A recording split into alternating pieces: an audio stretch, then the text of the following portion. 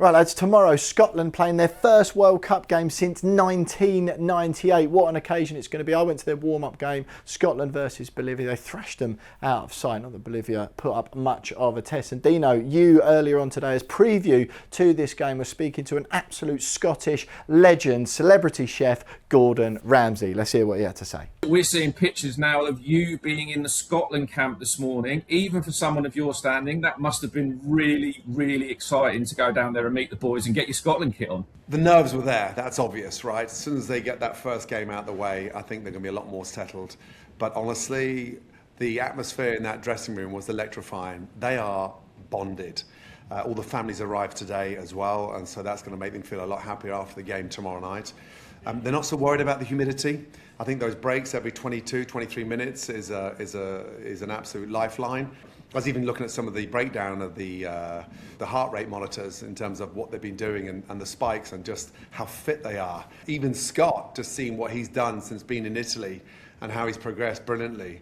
But Andy's got them in a great place, and the atmosphere is unique. Did you get to give them a little motivational speech, a little message? I went round them all, honestly. I mean, they were also asking if they can get a table at Bishopsgate, Lucky Cat, because they've just seen the doc on Netflix. I'm saying, win the game, I'll give you a table, okay? And they said Scott was telling me about his risottos in Italy and how he's worried about his stock. I'm saying, Scott, stop worrying about the stock and just stop worrying. Just get focused on that game, and I'll see you at the Brazil game. They're united, okay? And egos are in check. And there's a lot of respect there. You could just see that in the warm-up. Listen, I was there in '98. I was cooking for Pele on the eve of the World Cup final and standing behind that goal when Scotland won 1-0 up. It didn't last very long. However, you still enjoyed the moment. But fingers crossed they got to a cracking start against Haiti. There's always a dilemma in the house because the kids are half Scottish. Every European Championship, every World Cup, I have to remind them they're half Scottish. Oh, mum's English. Does that mean I'm English? No, your dad's Scottish.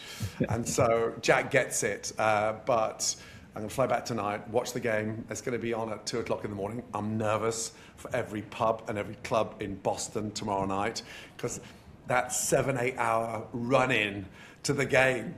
I've seen multiple newscasts this morning over here on This Morning at Good Morning America with all the planes running out of beer on the way over and the trolley draped in Scottish flags. I even saw somebody's kilt hanging over the trolley that one of the Scots had taken off kilt and put it over the trolley to say they'd sold out of beer. Bloody hilarious. So the atmosphere is electrifying, let me tell you. Dino, I thought it was quite funny you wearing an England shirt for an interview with a Scotland fan there. Well, yeah, I just got the picture feed that comes through from PA to us, and I'd seen all the pictures of Gordon in the training camp in his Scotland kit. So I thought, I'm going to put my England kit on, and he's going to come on the screen, and it's going to be England and Scotland. And he had his chef whites back on. So always the pro. As soon as he was back at his restaurant, he was back in the kitchen in his chef whites. So yeah, I did tell him I was slightly disappointed he wasn't wearing his Scotland shirt. And people forget as well, Sean, played for Rangers. He was a decent footballer himself. Obviously plays a lot of soccer aid as well. Apparently so, yes. He's. Yeah, I mean, look, he actually knows his stuff. He knows his football. It comes across. He's more than a chef, and he can talk it out with you.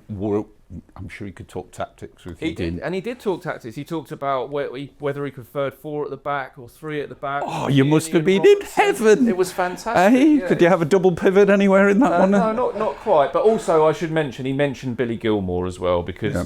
Gordon's career ended because of injury, and so he had a chance to make it. He had a very bad knee injury, and obviously Billy Gilmour hit by a knee injury just before the tournament. So when he said he saw Gilmour sat on the bench with a knee brace on while all the guys are warming up, and he said, sort of real heartbreak for him, for a player like that. When your country's finally got there, you finally got there, and then you get the injury, it must be really, really difficult. And what do you make of their chances then, really? I mean, obviously, the whole thing around getting out of the group for the first time would be a magnificent achievement. But really, they're a good side, right? I think there's a lot of English fans who are downplaying, actually, that Scotland are a good side. And I think the minimum requirement is them getting out of the group because, the group over here getting in this new setup of the tournament, it should be a little bit easier getting out of the groups. But what do you think of their chances going even a little bit further than that? Yeah, I'm very confident, and also listen, there's barely 5.4 million that live in Scotland. We're a tiny population, okay? And you just think of the size of Brazil, you think of the size of France, you think of the size of Germany. We're minnows, but we're a powerful force. And so you look how widespread now that collective sort of squad of players are. We're playing in some of the best leagues anywhere in the world, and it's not just across the UK. So I'm excited to see them go beyond this group stage. I think they're going to have a straightforward win against Haiti.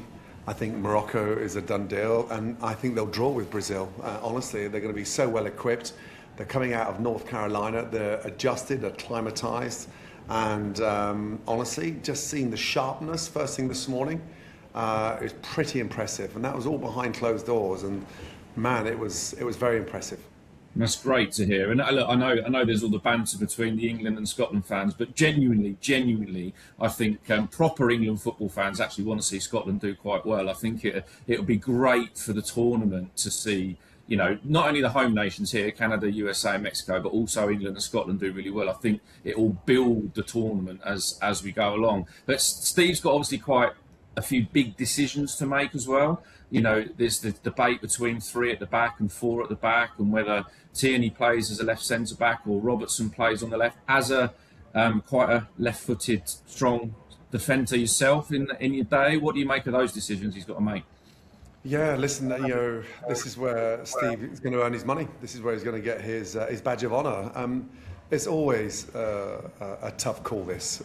But he's going to adapt this squad to each and every game. He's not going to go in there with a standard 11. You'll see adjustments going through all 3 games. There's no two ways about that. I think there'll be more attacking for that first game. I think they'll play 5 at the back against Brazil, if I'm honest, and then sit 3 in midfield. But you look at the left and right backs and just the prolificness of what we've got. And then the power up front. You think of Shea in terms of what he's done, and just how fast he is. It's pretty incredible. John, for a lot of these players, this is their last run out, and they're going to give it their all. Okay, and so when you get to that sort of 28, 30, you're sort of just hitting that sort of finished peak, and so these guys won't be around the next 4 years. So there's a lot of competition for these places, and I think with Andy, Kieran, Aaron, Grant, Nathan, I mean, that's a happy problem to pick from that, especially in defence. And then think of what you got with Ryan up front, and being just behind that number 10, number 9 spot. I think we're going to go out aggressive on that first game. So it's going to be a very tactical decision by Steve, but he's not going to play defence tomorrow. No chance. There's so much at stake. Yeah, and that front-footed start to a tournament gets all the fans going as well. And so you mentioned to me just before we started, you're flying home to watch it with the family, are you?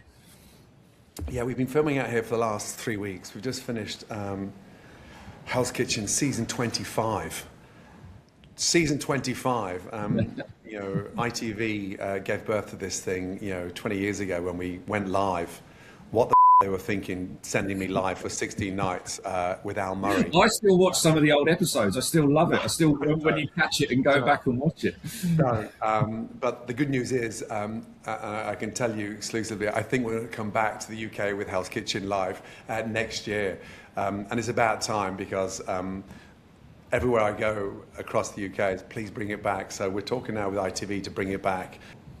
And then the Americans have got this, you know them a lot better than me, but having talked to them a lot over the last week, and our journalists here, a lot of them have got this sort of we're champions of the world type attitude with sport and stuff like that, because of the baseball and the basketball, obviously the World Series as it is. Do the people you talk to here actually genuinely think they've got a chance of going deep in the tournament? It me off when I get told that they're the world champions.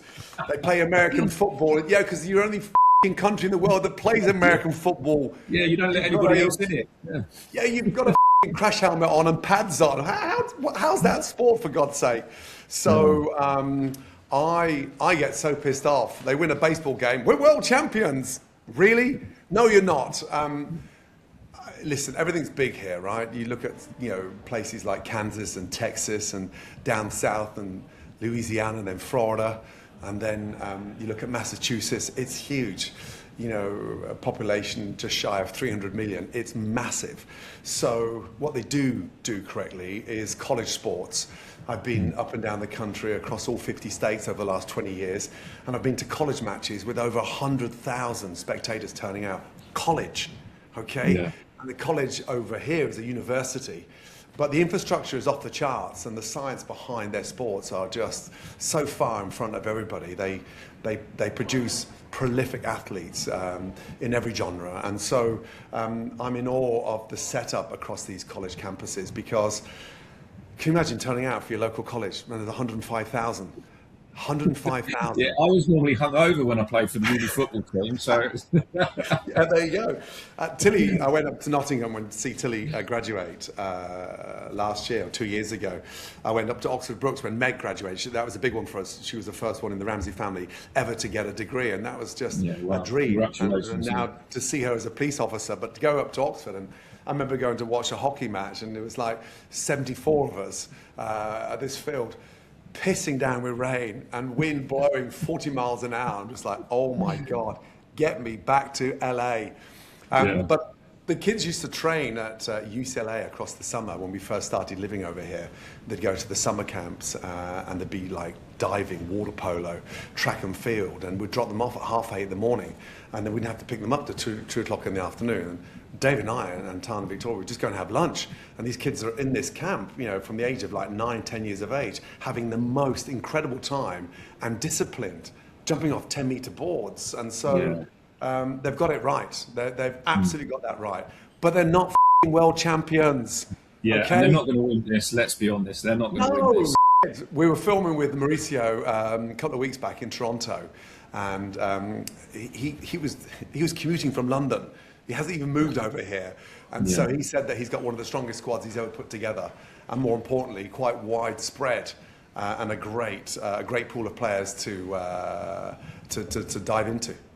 Yeah, and again, I hope they do well enough to get out of the group into the knockouts, because as we've seen all these past tournaments, it's a massive thing when the host does well, or the hosts this time do well. I mean, the worst tournament was South Africa, and that was mainly because the hosts weren't a great team, and then the interest dies and everything moves on from there, doesn't it? But so just back on putting your chef's hat on there for a minute. Well, you mentioned there about Scott's risotto, but what's the pre-match meal that they should be getting into? What are they putting into their bodies at this point in the tournament? Yeah, it's a good question. And so 3 hours prior to kickoff against Haiti, they're going to go through a process of rehydration throughout the day. And prior to that, kickoff's at 9, so they'll have a really nice bowl of pasta and heavy carb loading at 5:30, and then maybe some fish in there as well.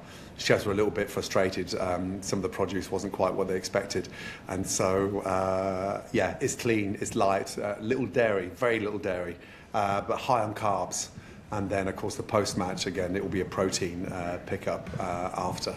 But I think it's their advantage. This kickoff at 9 p.m. It's going to be a little bit cooler, still humid.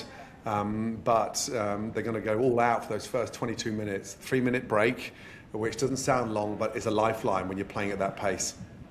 Yeah, absolutely. And you mentioned hydration there. I mean, electrolytes, are they taking on energy gels and stuff like that as well? From the first minute they wake up in the morning, having that balance between switching out electrolytes and obviously water. But that whole hydration system, in terms of what they've set up, is pretty unique. And monitoring each and every player, on an hourly basis. The breakdown of the way they're analysed is just incredible, and the data available now is just off the charts. So it's pretty shit hot. Fantastic. All right, mate. Well, if we can just do a little tic-tac thing in a second. If you just want to end this bit by just saying, your message to the team, really, what you want to see from Scotland and what you want to see from the World Cup. Yeah. Very best of luck to the lads. This has been a long time coming, and it's so good to see you back on the world stage and leave your mark on it. Let's go!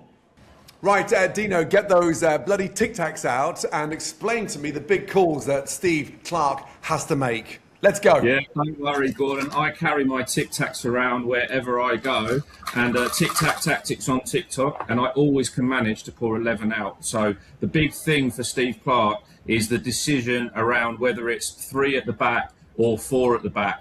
And if he goes with 4 at the back, that may mean that Kieran Tierney has to play as this left centre back in here. And then obviously he's got a decision to make over around who's going to play instead of Billy Gilmore in the middle of midfield. We can probably assume that we've got McGinn one side, we've got McTominay in behind the front man, and then on the left-hand side, does he go for a tricky winger? Does he go for Ben Gannon-Doak, somebody like that? And then up front, obviously, you've got to go Shankland or Che Adams. But if he goes 4 at the back, Tierney here, Robertson here, if he changes that up and goes 3 at the back, can he get an extra attacker, Hickey on the right-hand side, move Robertson up to a wing-back, and then you have Tierney come across into a back 3? What do you think, Gordon? Sounds like a plan. Billy's going to be absent, as you know, for the first couple of weeks, but it does sound like a plan. And I'm amazed you haven't got those big supersized Tic Tacs like they have in America. What the those little ones? I need to go and find some at the local store. But look, good luck from me to Scotland. I really hope that you enjoy it with the family, and let's hope we're looking at knockout football this time for Scotland.